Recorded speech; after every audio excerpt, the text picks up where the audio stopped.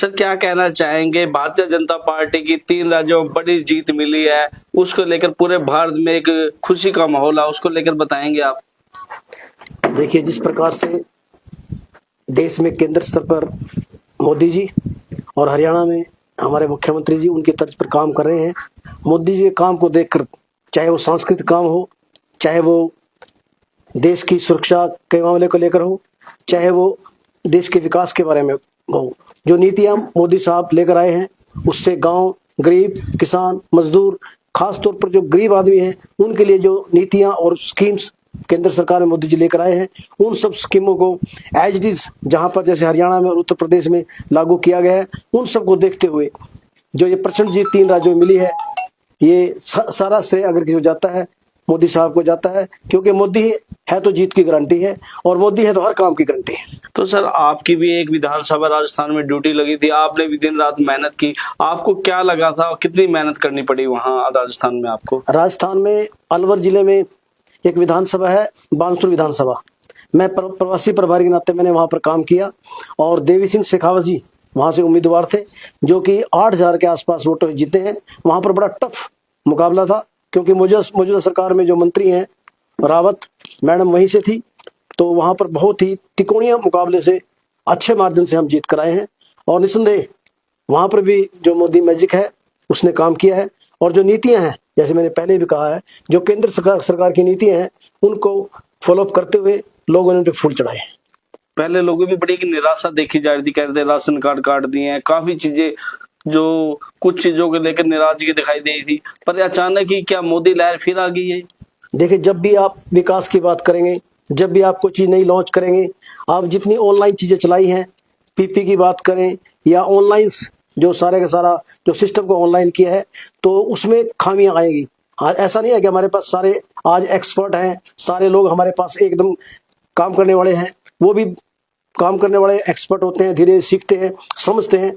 और आज आप देखिए हरियाणा में भी जितनी स्कीम्स, जितनी जय चिरायु हेल्थ कार्ड है वो हर गरीब के घर में पहुंच गया, जिनकी आय 1,80,000 से कम है और उनको 5 लाख तक का जो आयुष्मान कार्ड है, चिरायु कार्ड है, वो उनको दे दिया गया है। वो किसी भी बड़े अस्पताल में जा करके अपना इलाज करा सकते हैं। तो इस प्रकार की जो स्कीम्स हैं, उज्ज्वला योजना, जगमग हरियाणा, बेटी बचाओ बेटी पढ़ाओ, जिस प्रकार की जो स्कीम्स है केंद्र सरकार की और हरियाणा सरकार की और गवर्नमेंट्स की, वो जब पब्लिक के बीच में जाएंगे, लोगों के बीच में जाएंगे और पता चलेगा कि आज भारतीय जनता पार्टी के पास नेता भी है, नीयत भी है और नीति भी सही है। ये बात लोगों की समझ में आ गई है, उनको पता चल गया है कि कौन विकास की बात करता है और कौन अपने स्वार्थ की बात करता है। तो आप राजस्थान में कितना समय बिताया आपने?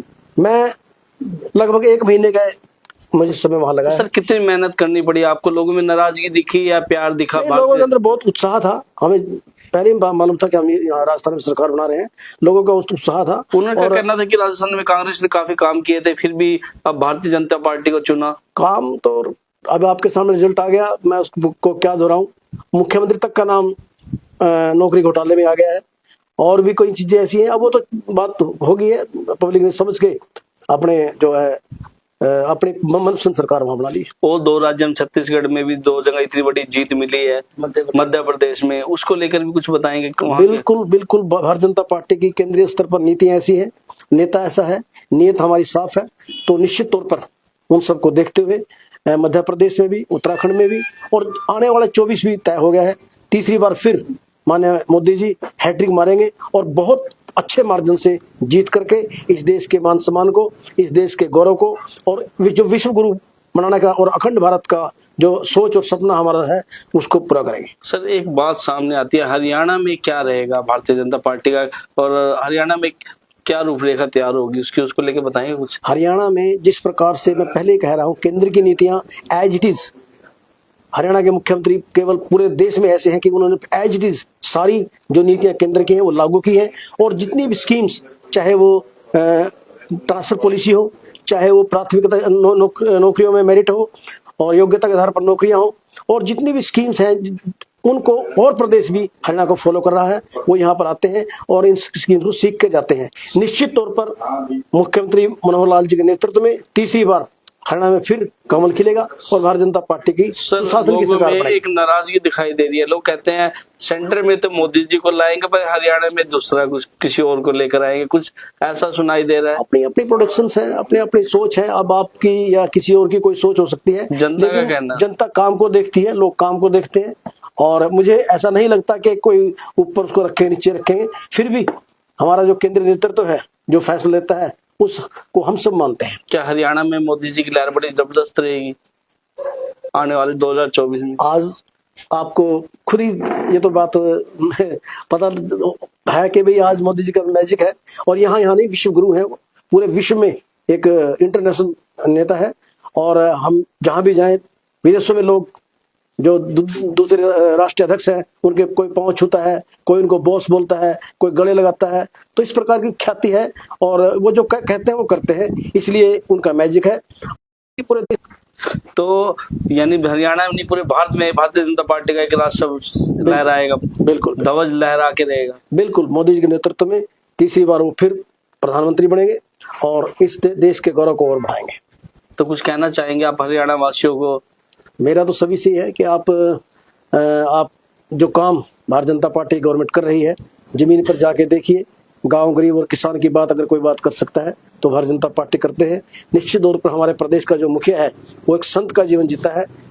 आज मैं चैलेंज करता हूं आपके इस चैनल के या आपके सिस्टम के माध्यम से कि कोई मुख्यमंत्री के प्रति एक भी कोई आरोप लेकर आए, कोई उन्हें भाई भतीजावाद किया हो, कोई उन्हें जातिवाद किया हो, कोई उन पर आरोप हो, कोई उन्होंने धोखाधड़ी की हो या किसी धोखाधड़ी का साथ दिया हो।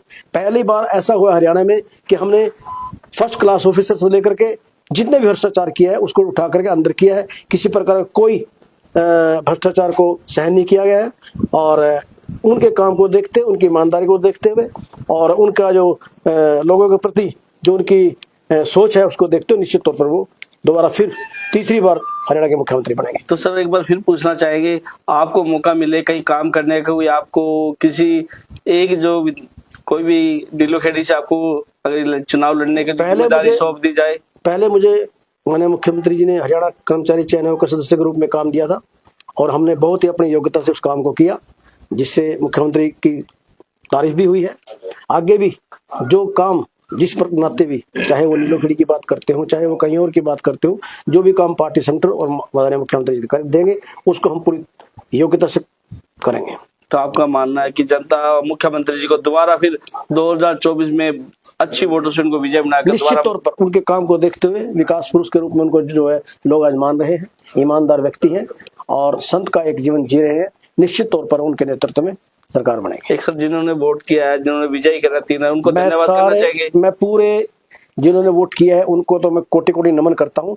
जिन्होंने नहीं भी किया है, किसी कारणवश किसी और को दल को किया है, मैं उनको भी प्रणाम करता हूँ। और सबके सरकार किसी पार्टी की नहीं होती, सरकार तो सभी लोगों के लिए काम करती है और जनहित का काम करेंगे।